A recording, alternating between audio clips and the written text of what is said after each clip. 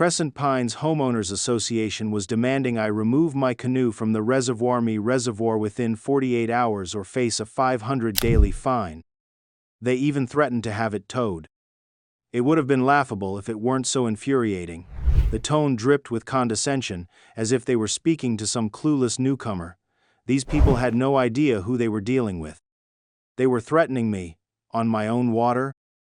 Welcome to my channel. If you love insane HOA revenge stories, hit that subscribe button because this one is wild. 6 months earlier, I'd walked away from a lucrative software career in Atlanta, burned out, grieving, and searching for something real. After my wife passed, the city felt colder, louder, emptier. Every street corner held a memory I wasn't ready to face. I needed silence.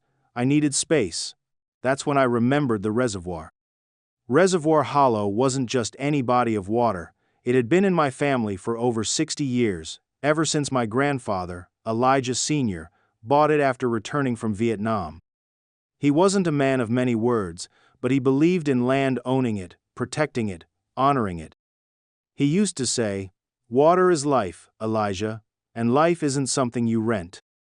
He built a small wooden cabin on the southern shore and spent the rest of his days there fishing, writing poetry in a leather notebook, and teaching local black kids like me how to gut a fish and respect the earth.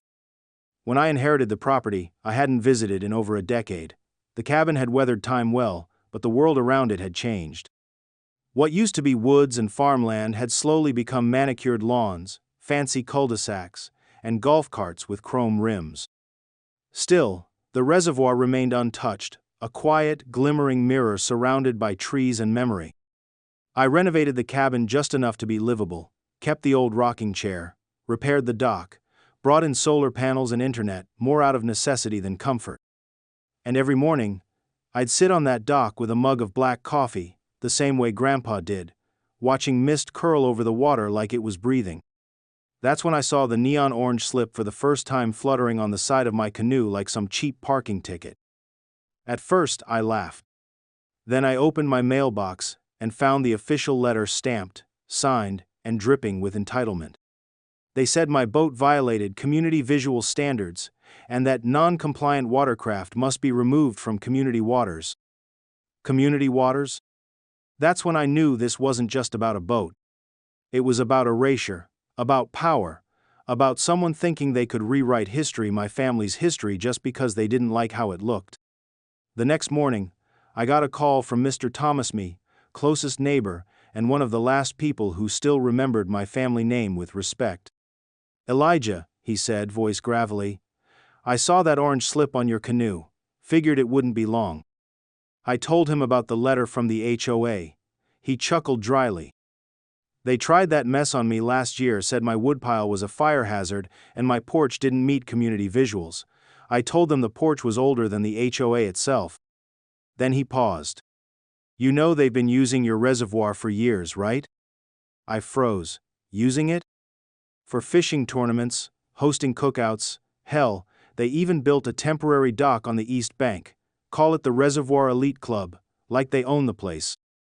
I clenched my jaw. I'd been gone for years, chasing careers and healing wounds, but this was my family's land, my grandfather's legacy. They weren't just trying to find me, they were pretending we never existed. "They act like you're the intruder now," Thomas said. "But I remember when your granddad taught half the boys in town how to fish. That lake was always his. Always ours." That night, I pulled out the old filing cabinet my father left in the cabin. Inside, manila folders, survey maps, notarized deeds, all of it intact. Clear boundaries, clear ownership. The entire reservoir and the land surrounding it belonged to the Barnes family. No easements, no shared access, nothing public about it. I scanned everything, then called Camille. She was my old college friend turned civil rights attorney, and she didn't need much to get fired up. "Let me guess," she said, flipping through the scans. "They thought you were just some guy with a canoe, not the man who owns the water they've been trespassing on for years." Her eyes narrowed. "Elijah, this isn't just petty overreach. If they've used your land for private events and collected money, we may be looking at something a whole lot bigger." I nodded. This wasn't about a boat anymore. This was about reclaiming truth. By the time Camille called back the next evening, I had scanned and sent her everything the original deed from 1964, my grandfather's notarized purchase of the land and reservoir, a 2009 county survey clearly outlining the property lines, and even water rights documents my father had quietly maintained over the years. She didn't waste time with small talk. "Elijah," she said, her voice tight with certainty, "your grandfather didn't just buy a piece of land, he locked it down. This isn't some patchwork ownership. This is full, uncontested title land, water, and a 20-foot buffer zone surrounding the entire reservoir. They don't just have no claim, they're trespassing every time they breathe near that shoreline." I stayed silent for a second, letting the weight of it sink in. This wasn't about a misunderstanding. It was about control, someone trying to rewrite history to suit their own agenda. Camille continued, "And here's the kicker, I pulled county development filings just to be thorough." That's when I sat up straighter. She went on. "There's a new submission from Maple Crescent Development Partners, proposed plans for a luxury lakeside resort, multi-million-dollar condos, a small marina, even a boutique golf course." I didn't respond, I couldn't. My hand just clenched slowly around my phone. "They've been working with Richard Wilkins and a few board members from the HOA," she added, "trying to push the narrative that the reservoir is under community management. They've been feeding it to potential investors quietly, of course, nothing official." "So that's what this is," I said finally. "They fine me for my canoe, but build docks and host fishing events with catered tents and VIP sections on land they don't even own." Camille's tone turned razor sharp. "It's fraud, at the very least, gross misrepresentation. And if they've taken money from investors or collected HOA fees under that false narrative, it could get criminal." I stood up, walked out to the dock, and looked across the water. Still, quiet, but now, it all looked different. They weren't just trying to erase me. They were packaging my grandfather's legacy as a real estate brochure, turning what was meant to be protected into profit margins. "How do we proceed?" I asked. "We don't tip our hand yet," Camille said. "First, we gather more evidence, especially of them using the land without permission. If we move too early, they'll shift the narrative. But if we catch them in the act at the tournament, for example, then we've got leverage." My lips tightened. "Let them host their little party. I'll be watching." She paused. "And Elijah, this isn't just about them breaking rules.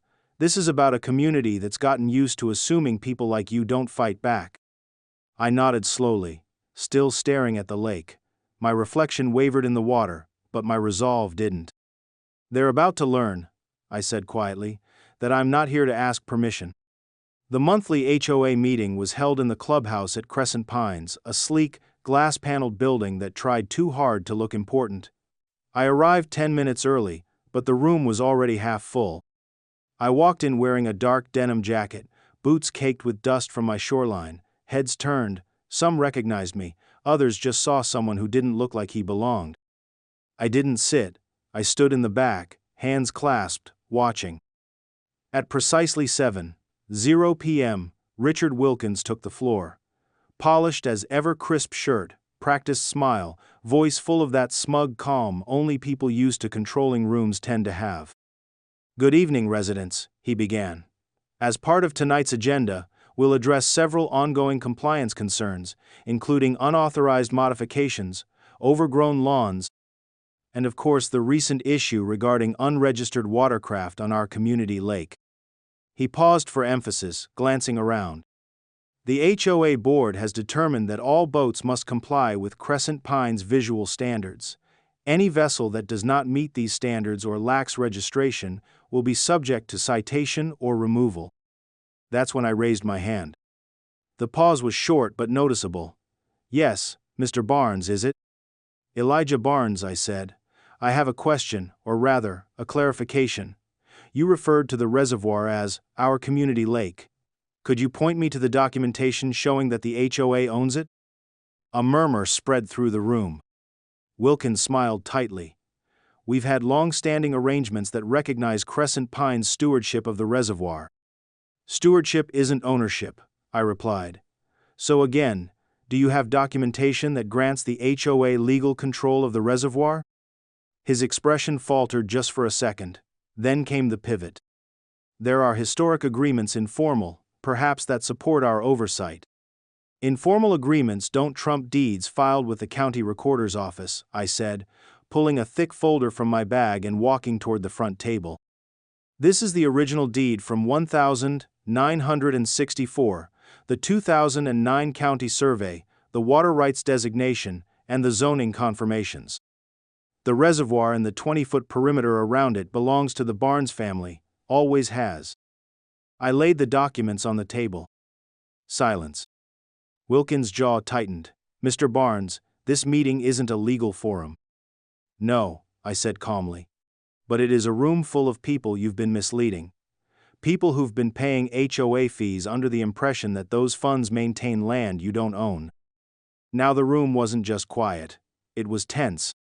A woman in the second row mid-40s, wearing a Crescent Pines sweatshirt raised her voice. Wait, are you saying the HOA doesn't actually control the lake?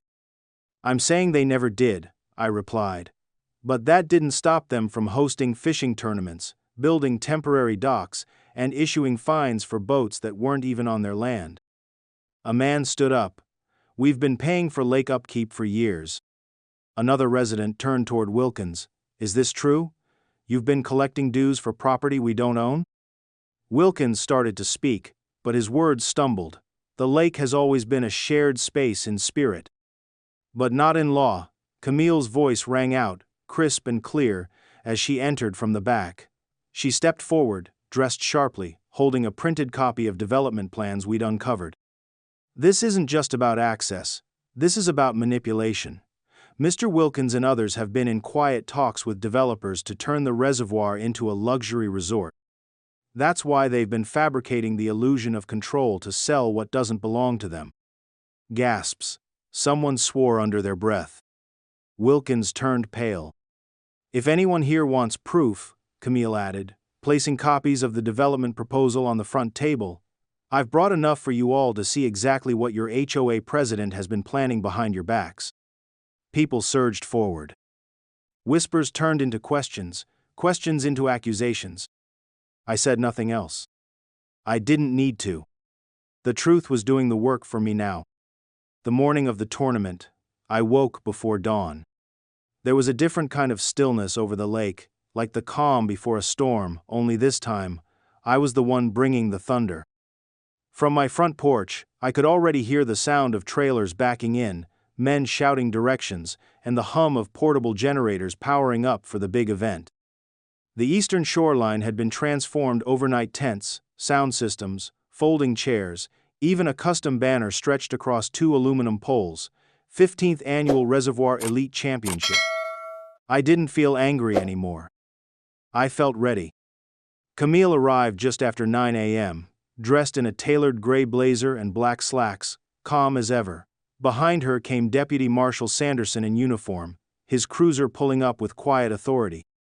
Sarah Lynn, the local journalist from the Maple Hollow Gazette, followed shortly after, GoPro clipped to her shoulder, press badge in full view. I greeted them with a nod. No big speeches. We all knew what we were here to do. By 10:15, the shoreline was bustling with people: HOA members, competitors, guests, and a few well-dressed strangers who, based on Camille's intel, were potential investors scouting the site. Gerald Thompson strutted around like a man who thought he owned everything he could point at. And in the middle of it all, as expected, was Richard Wilkins, shaking hands and flashing that empty smile. Camille turned to me and asked, "You ready?" I nodded once. "Let's go." We walked down together, me, Camille, Deputy Sanderson, and Sarah recording from behind. The mood shifted the moment we stepped into the crowd. People paused mid-conversation. Gerald's smile faltered. Wilkins stiffened. Camille didn't wait for pleasantries. She stepped onto the makeshift stage, pulled out her credentials, and spoke into the mic like a courtroom was watching. "Ladies and gentlemen, this event is being held on privately owned property. You are currently trespassing. The owner of the land, Mr. Park T. Elijah Barnes, has not granted permission for this tournament or any related activity." Gasps. Then silence. Deputy Sanderson stepped forward and addressed the crowd. As a representative of the Rosebridge County Sheriff's Office, I am formally asking all attendees to vacate the premises immediately. This assembly has not been authorized by the legal owner of the property. Failure to leave may result in legal action. The tension snapped. Voices rose. Some backed away, others stood frozen. Gerald stormed toward us, red-faced. "You can't be serious. We've been holding this tournament here for years." Camille turned toward him coolly. "Yes, and every year, you've been trespassing." Wilkins pushed through the crowd, his face pale. "We had an understanding." "You had a fantasy," Camille interrupted. "One you used to collect HOA dues under false pretenses, and one you used to bait investors. That's not an understanding, that's fraud." She held up her phone. "We have video evidence of your investor pitches. Audio recordings of you claiming to be in negotiations with Mr. Barnes. We have HOA documents citing lake management responsibilities you never legally held. It's all been submitted to county legal counsel." Sarah, camera rolling, captured every word. An investor in a Navy suit turned to Wilkins. "You told us the HOA controlled this property." Wilkins stammered. "Two believed we did." Camille stepped aside, and I took the mic. "My grandfather purchased this land in 1964. He protected it until the day he died. And for the past decade, you've built a narrative on top of his grave claiming ownership, charging access, using what you never earned. That ends today." Then I handed Camille a USB stick. She plugged it into the event projector and the banner behind us flickered to life with the HOA's own marketing materials, aerial shots of the reservoir, brochure pages promising exclusive lakeside access, OA fee breakdowns including shoreline maintenance, and even a pitch slide titled Future Resort Expansion Opportunity. There was no denying it now. The crowd erupted not in anger toward us, but toward Wilkins. "You lied to us." "I paid for dock access." "What kind of scam is this?" Gerald stepped back, wide-eyed. Richard Wilkins looked like he'd been shot with silence. Someone pulled down the tournament banner. Sarah whispered to me, "This is going to make the front page." I nodded. "It should, but not because it's dramatic, because it's true." In the days following the tournament fallout, the community was in uproar. Richard Wilkins disappeared from public view, his credibility shattered, his name now whispered with the same disdain reserved for fraudsters and cheats. A formal investigation had been opened. HOA board resignations began to roll in one by one, like dominoes toppling under the weight of truth. But I wasn't interested in revenge. I was interested in restoration. Not just of my family's legacy, but of something to pair a sense of balance between ownership and community. For weeks, residents sent me letters, emails, and even handwritten notes, some apologizing, others asking how to help. The man who once glared at me over property lines now stood at my dock offering fresh eggs. The woman who used to speedwalk past my cabin without a glance now brought over blueberry muffins and asked if her kids could fish, like they used to with your grandfather. It would have been easy to shut them all out.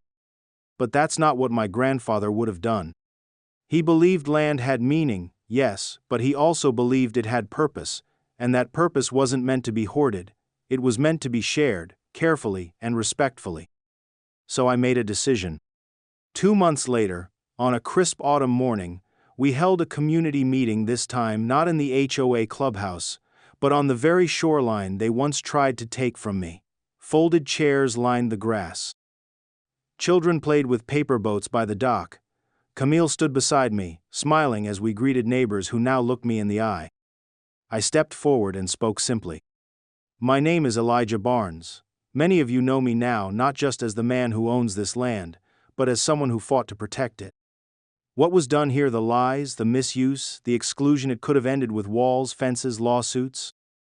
I paused, then continued. "But I don't want fences. I want something better."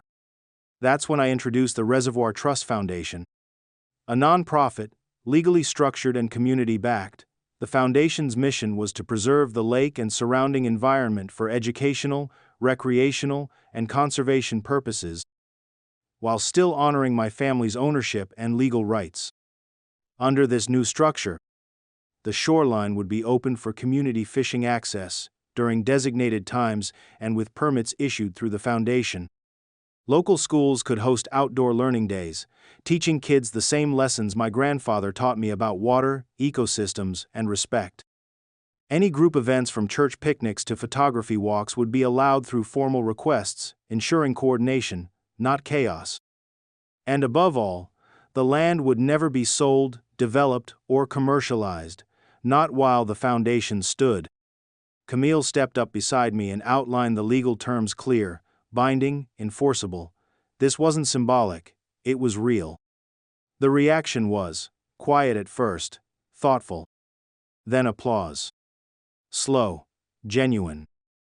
And when it ended, the first person to approach me was Judge Michael Davis, a retired circuit court judge who had moved to Crescent Pines 5 years earlier seeking peace only to find HOA chaos. He shook my hand firmly. "Your grandfather would be proud," he said. "He always let the neighborhood kids fish off his dock. He gave more than he got, but he never let anyone take." That stuck with me. Weeks later, we unveiled a small wooden plaque near the cabin's original dock. Carved into it were the words my grandfather used to whisper as the sun dipped behind the trees. "Water is life, not a commodity to be bought and sold." On the first official day the trust opened its gates, I took my old canoe, now freshly repainted but still weathered, out to the middle of the lake. No phones, no cameras. Just me, a coffee thermos, and the same ripples that once carried my grandfather's laughter. A few minutes later, I heard another paddle. Mr. Thomas, my old neighbor, had pulled out his own boat, ancient and creaky, but floating strong. He nodded at me across the water. "I thought I'd keep you company." I smiled. Just like old times. We floated in silence for a long while. Not because we didn't have anything to say, but because we didn't need to. The lake at last had spoken. And we had listened. The air was crisp the morning I set the plaque in place. It stood at the edge of the dock, on a cedar post I had sanded smooth myself, facing the water like a silent guardian. The sunlight had just started to spill across the lake, brushing the surface with gold as the wind stirred gentle ripples through the reeds. I knelt, dusted off the last bit of sawdust, and ran my fingers over the carved words, words that had echoed in my memory since I was a boy. "Water is life, not a commodity to be bought and sold." It was something my grandfather had said often, not in protest, not in defiance, just as a truth, quiet, absolute, like the lake itself. When I stood back, I realized something. This wasn't a monument. It was a promise. A promise to him, and to myself, that what he built would never again be claimed by people who saw only profit in what was sacred. The canoe, his old canoe, still floated beside the dock, freshly repainted but otherwise unchanged. I'd kept it simple, just like he had. The aluminum hull still bore the faint dent from the time he let me steer, and I drifted straight into a log. We laughed about it then. He told me scars were signs of use, not weakness. I stepped in and pushed off from the dock. The water accepted me, as it always had. Out in the middle of the lake, the world faded. The sound of traffic, of politics, of false authority, all of it vanished beneath the hush of wind and water. I sat in silence, sipping coffee from a tin mug, watching morning mist rise like breath from the surface. This was peace. Not bought, not enforced. Earned. Behind me, on the shore, the land was different now, not because it had changed, but because people finally saw it for what it truly was, a place of meaning, not a commodity. The HOA had fallen. Wilkins had resigned under investigation. And the Reservoir Trust Foundation had taken root, not in power, but in care. But none of that was the real victory. The real victory was that I still came here every morning, in the same boat, guided by the same voice, not to conquer the lake, but to listen to it. And I knew if he were here, sitting behind me as he once had, my grandfather wouldn't have said much. Just a nod, a small smile. And that would have been enough.